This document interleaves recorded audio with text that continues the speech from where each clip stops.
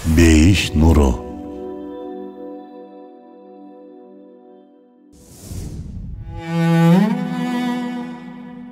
Улуулардын дүйнөсү биздин амалыбызды арттыра турчу дүйнө. Анткени улуулардын дүйнөсүнө кирип, алардан бир нерсе үйрөнүүгө аракет кылган кезибизде, алар бизге мына ошону үйрөтөт. Андыктан алардын дүйнөсү менен таанышуу да маанилүү. Кантсе да адам баласы кайсы жол менен баратканына, ал жолду кимдер түзгөнүнө, кимдер чейир салганына назар салуусу керек. Болбосо жолдор өтө көп. Тоо келди туруп, туш келди жол менен кете берүү да туура эмес. Ошол жол менен кеткендердин акыбеттерине, жетишкендиктерине, ийгиликтерине, натыйжаларына жакшылап көңүл буруп, сөзсүз түрдө иликтөө керек. Болбосо көп жаңылыштыктарга жол ачуусу мүмкүн. Биз болсо ар дайымкыдай улуу инсандардын бейнесине үңүлүп, изилдөөбүздү улантабыз. Бүгүнкү улуу инсаныбыз Ахли сүннөттөгү 4 чоң мазхабтын бири болгон Ханбали мазхабынын негиздөөчүсү Ахмад бин Ханбал азреттери. Хадис имамдарынын устаты Ахмад бин Ханбал. Ахмад бин Ханбал рахматуллаху алейх 780-жылы Багдадта жарык дүйнөгө келген. Ал Куранды жаттап бүтүргөндө болгону 15 жашта гана болгон. Куранды жаттап бүтүргөндөн кийин Абу Юсуфтан араб тили жана фикх боюнча сабак алат. Абу Юсуф бул Имам Азамдын окуучуларынан. Имамдын Аль-Муснат аттуу китебиндеги маалыматка караганда, жалпысынан алганда Имам Ханбал 280 мугалимден сабак алган. Алардын арасында айтылуу 3 имам дагы болгон. Туура ал жашоосунда Имам Азам менен Имам Маликти көргөн эмес, бирок Имам Маликтин илимин Суфьян бин Увайнадан, Имам Азамдын илимин анын эң жакын шакирти болгон Имам Абу Юсуфтан алган. Имам Шафинин илимин болсо Имам Шафинин өзүнөн алган. Кызык жери, Ахмад бин Ханбал хадис илиминде тереңдегенден улам, бул жаатта Имам Шафиге устаттыкта кылган деп айтсак болчудай. Айтор, Имам Шафинин ишенимдүү бирөөсүнөн бир хадис алдым деген сөздөрүндөгү ошол ишенимдүү адам Имам Ахмад бин Ханбал экендигин эске алуубуз кажет. Ахмад бин Ханбалдын өз атасынын аты Мухаммед болгон. Ханбал анын чоң атасы эле. Ахмаддын чоң атасынын аты менен аталып калгандыгынын себеби өз атасынан эрте ажырагандыгында болчу. Тээ кичинелигинде эле жетим калган Ахмад чоң атасынын колунда жетилет. Андыктан өзүн илимге берүүдө жокчулук, кыйынчылык деген көр тиричиликтин көйгөйлөрү болбой койгон эмес. Азыркы жалгыз бой энелердин уулдары эрте жетилишин, акча табышын, үй бүлөсүн багышын ойлойт го. Бул эненин баланын кулагына эмнени сиңиргендигинен да көз каранды болсо керек. Анткени Ахмад бин Ханбал бейнесинен дүйнөгө жулунган мындай ач көздүктүн белгилерин байкабайбыз. Анда илимге болгон кызыгуу өзгөчө болчу. Албетте үй бүлөсүн багуу, үй бүлөдөгү тирчиликти жүргүзүү сыяктуу милдеттери да болгон. Болгондо да бул маселеде эч кимдин жардамын алган эмес. Өзүнүн бешини тери менен тапкан акчасына гана бакчу. Бирок ошондо да илим алуусун таптакыр таштаган жок. Ал үчүн илим алуу алдаганча алдыда турган. Имам Ахмад бин Ханбалдын илим алуусуна эң башта апасы түрткү болгон. Жогоруда эне балага эмне сиңирип жаткандыгы маанилүү дегенибиз дагы мына ошондон. Имам Шафини деле Меккеге, Мадинага алып барган өзүнүн апасы болчу. Имам Газали, Имам Бухариде деле ошондой болгон. Болгондо да кайра көрүшпөй калуу ыктымалдуулугунун болгондугуна карабай, окууга, илимге даярдап жөнөткөн. Ахмад бин Ханбал 19 жашка чыкканда хадис илимин дагы да өнүктүрүү үчүн алгач Куфага, андан кийин Басрага сапар алат. Басрадан кайтып келе жатканда аны тааныган бир киши жолугуп калат. Ал киши Ахмад бин Ханбалдын аркасындагы көптөгөн китеп, дептерлерди көрүп таң калып, ушинтип сурайт. Илим издеп бир карасаң эле Куфага, бир карасаң эле Басрага барып жатасың. Бу качанга чейин илим алайын деп атасың? Ошондо Ахмад бин Ханбал жылмайып ушундай дейт. Мен сыя жана калемим менен мөрзөгө чейин барам. Ахмад бин Ханбалдын жаштайынан илимге ушунчалык берилүүсү Имам Шафини аябай кубандырат. Натыйжада Имам Шафи аны шакирт катары кабыл алып, узак убакыт илим үйрөтөт. Имам Шафи Имам Ханбал боюнча Багдадта Ахмад бин Ханбалдан да такварак жана андан да артык аалымды көргөн эмесмин деген экен. Алгач айтканыбыздай, Имам Ахмад бин Ханбал өздүгүн эч кимге көтөрткөн эмес. Мисалы, ал аябай жөндөмдүү, дилгир бала болгондуктан ага айрым байлар илим ал, биз сага каралашалы, сенин соопторуңа да үлүшкөр бололу дешчү экен. Бирок ал окуу менен бирге иштөөнү эп көрүп, керек болсо өз тайкесинин да жардамын алган эмес. Ахмад бин Ханбал денеңди чарчата иштөө менен рухуңду эркиндикке жеткизесиң. Денеңди чарчата иштемейинче рухуң эркиндикке чыкпайт деген. Бул дагы улуулардын улуу сөздөрүнүн, жалкоо адамдардын рухтары туткунда, өзү таап жеген адамдын эркиндиги болсо өз колунда деп эркин жашоону өйдө көрчү. Ахмад бин Ханбал атасынан калган токуу станогун ижарага берип, ал жерден алган акысы менен жашачу. Кийин бул акча да жетпей калганда атайын буйртма менен китептерди көчүрүп жазчу. Кээде курт окучу, кээде болсо жубайы токуган кездемелерди сатчу. Аллахтын неематы, ырыскылары ысырап болбосун деген ойдо эгин орулгандан кийин талаада калган дан уруктарды башка муктаждар менен кошо терип жыйнап алчу. Жакындарынын айтымында үйүндө жегенге эч нерсеси жок кезде кайгыруунун ордуна кубанып, кургак нанды сууга малып, үстүнө туз сээп жечү экен. Умар бин Салих бир күнү Абу Насырга ыйман келтиргендердин жүрөгү кантип жумшайт деген суроо берет. Абу Насыр Курандагы Рад сүрөсүнүн 28-аяты менен жооп берет. Жүрөктөр Аллахты эскерүү менен тынчтык табат. Кийин Умар бин Салих ошол эле суроо менен Ахмад бин Ханбалга келет. Бул суроого Ахмад бин Ханбал ушинтип жооп берет: адал тамак менен. Умар бин Салих эки чоң аалымдын эки башка жообун угуп, кайра Абу Насырга барат. Анан мынтип сурайт: сен жүрөктөр Аллахты эскерүү менен тынчтык табат дедиң эле. Ахмад бин Ханбал болсо адал азык менен жүрөктөр жумшарат деп атат. Ошондо кимиңдики туура дегенде Абу Насыр: имам Ханбал туура айтыптыр. Мен маселенин натыйжасын айтсам, ал болсо түпкү башталышын айткан экен деп имам Ханбалга баа берет. Ооба, бир тил Аллахты зикир кыла алуусу үчүн арам тамактан бери болуусу абзел. Арам тамактан оолак болгон тил гана Аллахты зикир кыла алат. Аллахты зикир кылгандан кийин гана жүрөктөр жумшайт. Эки аалымдын жоопторундагы айырма мына ушунда жаткан. Имам Ханбалдын башка бирөөлөрдүн берген белектеринин албоошунун дагы бир себеби ушул болчу. Ал берилип жаткан нерсе кандай жол менен табылды? Арам аралашкан эмеспи? Бул суроолордун жообун анык билбегендиктен улам алган эмес. Ахмад бин Ханбалдын мына ушул албоо принцибине ачуулангандардын бирөөсү: бирөөнүн берген колун кайтарып эле күйдүрдүң го, же эмне ошончолук кыйынсыңбы дейт. Ошондо имам жылмайып туруп ушундай дейт: кыйындык эмне экендигин билесиңби? Кыйындыктын эмне экендигин мен айтайын сага. Өзүң жыйынтык чыгарып ал. Кыйындык бул напсинин каалоолорунан Аллахтан корккондугуң үчүн баш тартуу. Айрымдары биз мындай белектерди алуу үчүн канча аракет кылабыз, бирок мындай белектерге жеткенибиз жок. Сен болсо нары түртөсүң, бирок баары бир жетип атасың. Неге деп сурашканда имам Ханбал ушинтип жооп берет: биз дүйнөнүн артынан чуркабагандыгыбыздан улам дүйнө биздин артыбыздан чуркоодо. Эгерде биз дагы дүйнөнүн артынан түшкөнүбүздө, биз дагы силер сыяктуу болмокпуз. Ахмад бин Ханбал бирөөлөрдүн жардамын кабыл кылбоосунун дагы бир себеби пайгамбарыбыз саллаллаху алейхи вассаламдын ушул буйругунан улам болчу. Ал буйрук ушул эле: пайгамбарыбыз саллаллаху алейхи вассаламдын жалкоолук кылбагыла, бирөөдөн бир нерсе суранбагыла деген сыяктуу буйруктарынан улам болчу. Ал төөдө баратып колуңардан камчы төшсө, анын алып берүүсүн эч кимден суранбастан өзүңөр алгыла деген пайгамбарга жарашыктуу үммөт болгон. Принциптүү киши деп ушуну айтса керек. Ал бир да жолу ушунусунан жазган эмес. Бир жолу колундагы кайчысын кудукка чүрүп жиберет. Канча аракет кылса да чыгара албай коет. Ошондо бир досу келип, ал кайчыны араңдан зорго чыгарып берген экен. Ошондо Ахмад бин Ханбал ал досунун жардамы үчүн 1 дирхам берет. Ал досу ал акчаны канчалык албайм деп көчүрсө да, Ахмад бин Ханбал: мен пайгамбарыбыз саллаллаху алейхи вассаламдан ушуну уккам, ушундай кылам деп болбой коет. Негизинен алганда ал кайчынын баасы 1 дирхамга да татыган эмес. Бирок ал бул амалы менен бизге улуу акыйкатты үйрөтүүдө. Ал 40 жашка чейин бир да хадис рываят кылган эмес. Мунун себеби ушунда жаткан. Хадис жеткирүү руханий жана материалдык жактан жетилген бир адамдын иши. Адам 40 жашында гана эки тараптуу жетилип бышат. Мен мына ошол жаштан кийин гана хадис рываят кылам деп билдирген. Экинчиден, хадис алган мугалимдерим тирүү турган кезде алардын урматына хадис рываят кылбайм. Хадис алгыңар келсе барып алардан алгыла дечекен. Ошол эле кезде пайгамбарыбыз саллаллаху алейхи вассаламга дагы пайгамбарчылык милдети 40 жашында келген. Деги эле байыркы улуу аалымдар 40 жашка чейин китеп да жазышкан эмес. Бул да болсо толук жетиле элекмин, качан жетилгенде, токтолгондо ошондо жазам деп өзүн өзү тарбиялоосунан кабар берет. Кантсе да кийин имам Ахмад бин Ханбал айтылуу 6 хадис имамдарынын баарына устаттык кылган. Мисалы, имам Муслим, имам Тирмизи, Абу Дауд баштаган атактуу бүткүл хадис имамдары анын мектебинде жетилген. Бир гана имам Бухариники талаш маселе.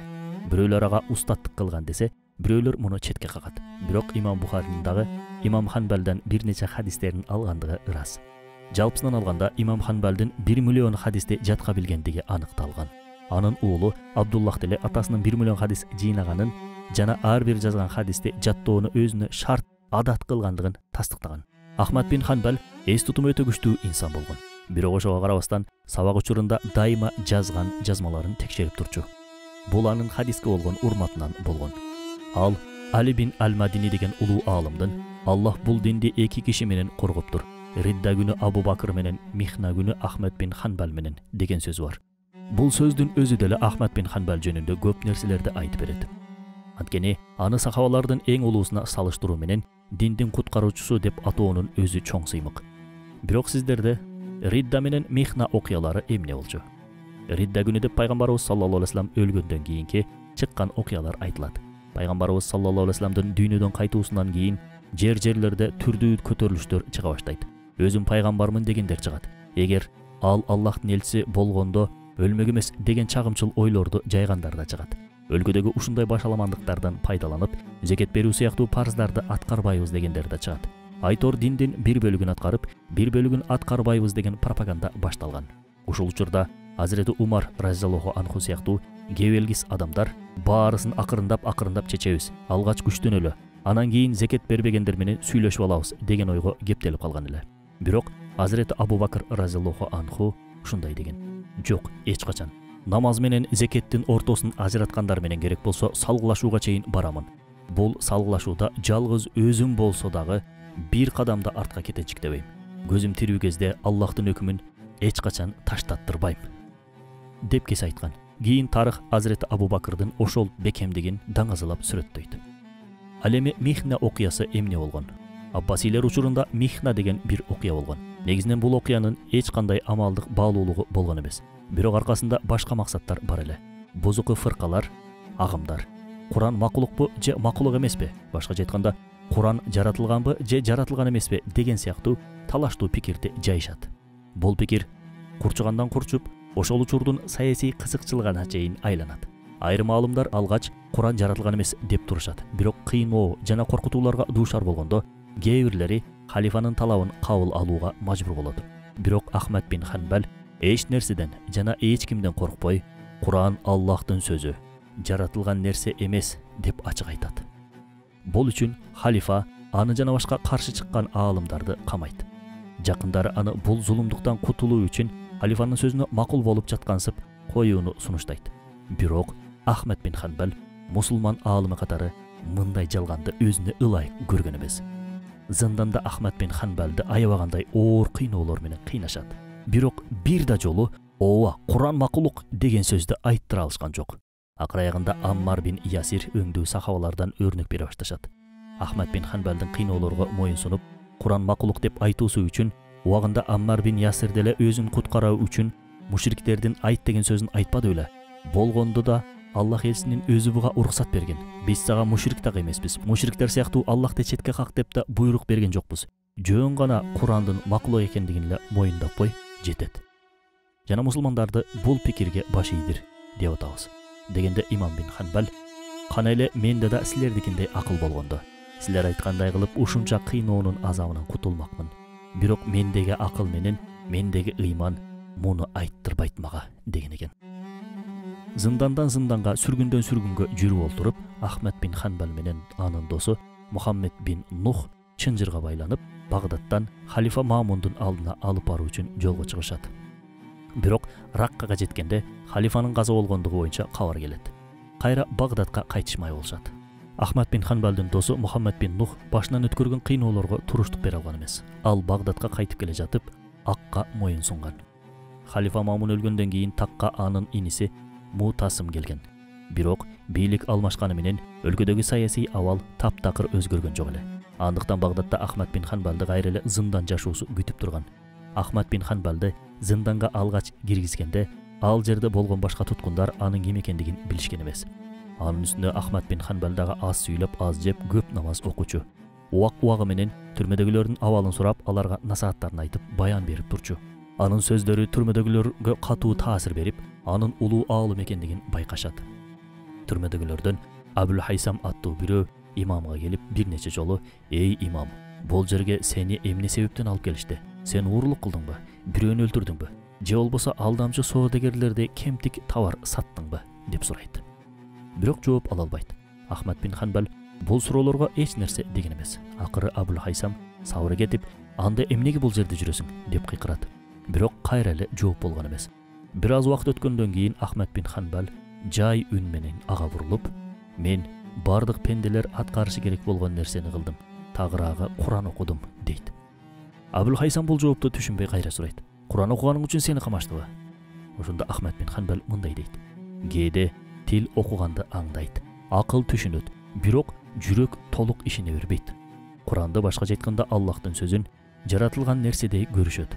Анан ууру уурдаган буюмдай анын ыйыктыгын уурдап, киши өлтүргөндөй анын чыныгы маңызын жок кылууга аракет кылышат. Акырында ач көз соодагер сыяктуу өзүнүн бузулган оюн мусулман элге сатууга аракет кылат" деп ары табышмактуу, ары терең маанилүү кылып жооп берет.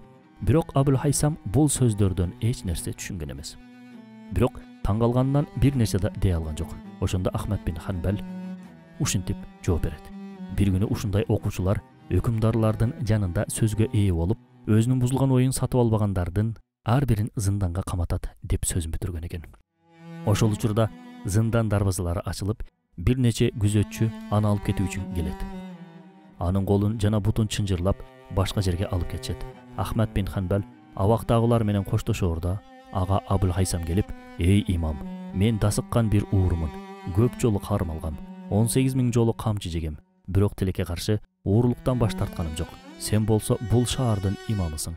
Эгер акыйкатты билсең, андан эч качан кайтпа. Мен шайтандын жолунда сабыр кылдым. Сен болсо Аллахтын жолунда сабыр кыл" деп кеңеш берет. Ахмад бин Ханбал аны кунт коюу менен угат, бирок жооп кайтарууга үлгүргөн жок. Аны күзөтчүлөр алдына салган бойдон алып кетишет. Кийинчерээк көп жылдар өткөндөн кийин Ахмад бин Ханбал Абул Хайсам боюнча ушундай дейт: "Аллах Абул Хайсамга ырайым кылсын жана аны кечирсин. Мен кыйноодо турганымда анын сөздөрү менен насааттары мени бекем кармап турду." Жаң келген халифа Ахмад бин Ханбалды ийге келтирип, өз пикирине ынандырууга аракет кылып көрөт, кыйнап көрөт. Бирок бир да жыйынтык чыккан эмес. Акыры халифа анын мойнуна кылыч кадап: "Эгер Куран жаралган десең, сени бошотом. Болбосо" деп аткан кезде Ахмад бин Ханбал "Өлтүрө бер" дегенсип шейиттик калимасын айткан. Халифа анын кыйноолордон сынбай турганын көрүп, бошотууну ойлойт. Бирок башкагазы анын Куранды махлук, жаралган дебегендиги үчүн динден чыкты деп эсептеп, бошотпоо керектигин айтат. Ошентип 2 жыл 4 ай камакта азап ичинде жашагандан кийин Ахмад бин Ханбал бошотулган. Ал азаптан алган оор жаракаттар айгаары менен кайрадан шакирттерине сабак берип баштаган. Анын уулу Абдуллахтын айтуусу боюнча Имам Ханбал кыйноолорго чейин күн сайын 300 рекет намаз окучу. Бирок кыйноолордон кийин денеси алсырап, мунун жарымын гана окуй алган. Ошондой эле күн сайын Курандын 7/1 бөлүгүн окуп турууна уланткан. Ахмад бин Ханбалга зулумдук кылган халифа Мутасым бир оору менен ооруп өлөт. Анын ордуна халифа болуп келген уулу Васык атасынын жолун улап, мектептерде Куран махлук деп окутууну баштайт. Бул окуяларга нааразы болгон эл Ахмад бин Ханбалга кайрылат. Анткени эл аны аябай сыйлап урматтачу. Эл көтөрүлүүнү сунушташат. Бирок Ахмад бин Ханбал элге сабыр кылууну, бул учурда чыдамдуулук менен жооп берүү керектигин айтат. Ошого карабастан бийлик Ахмад бин Ханбалга эл менен жолугууга жана халифа жашаган жерде жашоого тыюу салган эле. Ал өз үйүндө кармалып, жума намаздарга да бара алган эмес. Бул абал 5 жылга, башкача айтканда халифанын өлүмүнө чейин уланып турган. Халифа Васыкта атасы сыяктуу сууга тойбой турган ооруга кабылып, денеси катуу ысып өлөт. Анын ордуна жаңы такка Мутаваккил келет. Мутаваккилдин доорунда Курандын махлук, жаратылган экендиги тууралуу маселе жоюлуп токтогон. Ошентсе да Ахмад бин Ханбалдын үйү тинтүүгө алынып, аскерлерге сурак да берген. Кийин Ахмад бин Ханбалга коюлган доонун негизсиз экендиги аныкталып, халифа анын көңүлүн алуу үчүн белектерди жөнөтөт. Бирок Ахмад бин Ханбал бул белектердин ичинде арам аралашкан болушу мүмкүн деген ой менен аларды кабыл кылган эмес. Ал кездин түшүнүгү боюнча берилген белекти кабыл кылбай коюу мен сени тааныбайм дегенге барабар болчу. Андыктан ортого достор түшүп, белектерди кабыл кылууга көндүрүшөт. Алар Ахмад бин Ханбалдын зыян тартуусунан чочулашкан. Ахмад бин Ханбал hadislerге таянуу менен белектерди кабыл кылган. Бирок алардын бирин дагы өзү колдонгон эмес. Баарысын муктаж адамдарга таратып берген. Ал халифадан өзү үчүн эч нерсе сураган эмес. Ошого карабай халифа анын үй бүлөсүнө айлык төлөп берүүнү каалайт. Ахмад бин Ханбалдын өзү бул айлыкты кабыл алган эмес. Бирок уулдары кабыл кылып койшат. Ошондо имам уулдарына капаланып, арам аралашкан болушу мүмкүн деген күмөн менен ошондон кийин уулдарынын дасторконуна эч отурган эмес. Жада калса мамлекеттин айлыгынан туугандарына да берген болуусу ыктымал деген ой менен тууган уруктарынын да дасторконуна отурбай койгон. Бир күнү Ахмад бин Ханбал өз шакирттери менен отурган кезде бир киши келип, Ахмад бин Ханбал ким деп сурайт. Ошондо Ахмад бин Ханбал ордунан туруп, Ахмад бин Ханбал менмин, эмнеге келдиң дейт. Ал келген киши Ахмад бин Ханбалды көргөнүнө толкундап, мен 400 чакырым алыстан келдим. Жума күнү түнкүсүн уктап жатканымда түшүмдө бирөө келип, Ахмад бин Ханбалды тааныйсыңбы деп сурады. Жок, тааныбайм дедим. Багдадка барып аны изде. Таап калсаң ага Хызыр алейхисаламдын саламын айт. Асмандагы периштелер да андан ыраазы. Анткени ал напсисин эч качан ээрчиген жок. Алла Таалага итаат кылууда абдан сабырдуу болду деп айтты дейт. Муну уккан Ахмад бин Ханбал Аллахка шүгүр айтып, жүрөктөн кубанган. Ахмад бин Ханбал каза болор алдында колу менен ишарат кылып, жок болбойт деп кыйкырат. Жанындагылар бул абалга таң калат. Эмне болду деп сурашканда Ахмад бин Ханбал шайтан мага кел, менин колумда жан бер деп жатты. Мен болсо жок болбойт деп жооп бердим деп жооп берет. Андан соң жанындагыларга пайгамбарыбыз саллаллаху алейхи вассаламдын аманат катары сактап жүргөн 3 тал чачынан экөөсүн көздөрүнүн үстүнө, бирөөсүнүн тилинин үстүнө коюуну осуят кылат. Ахмад бин Ханбал көз жумаарына аз калганда шахадат келмесин айтып, кылган шахадатына балдар менен жакындарынын күбө болушун каалайт. Ошентип 855-жылдын июль айында Багдад шаарында жан берет.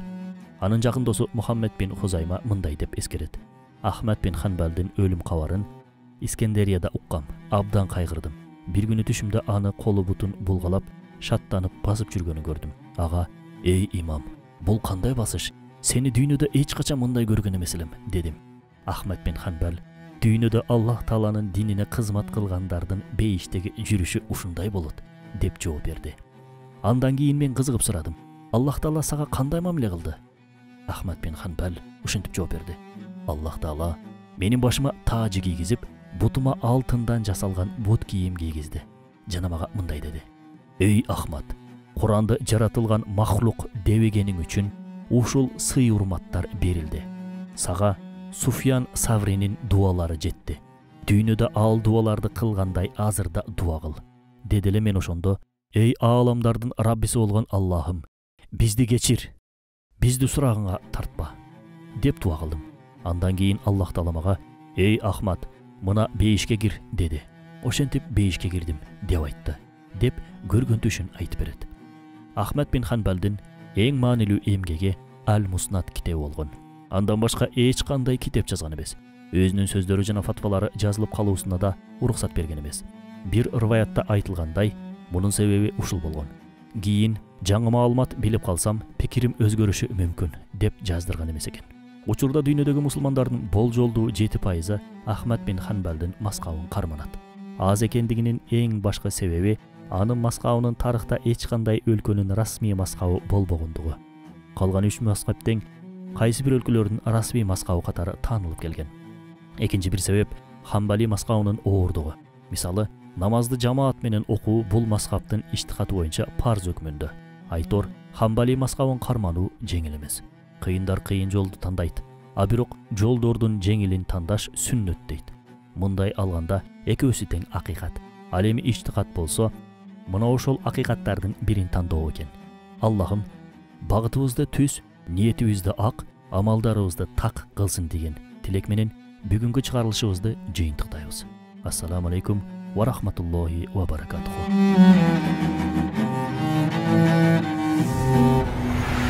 Бейиш нуру.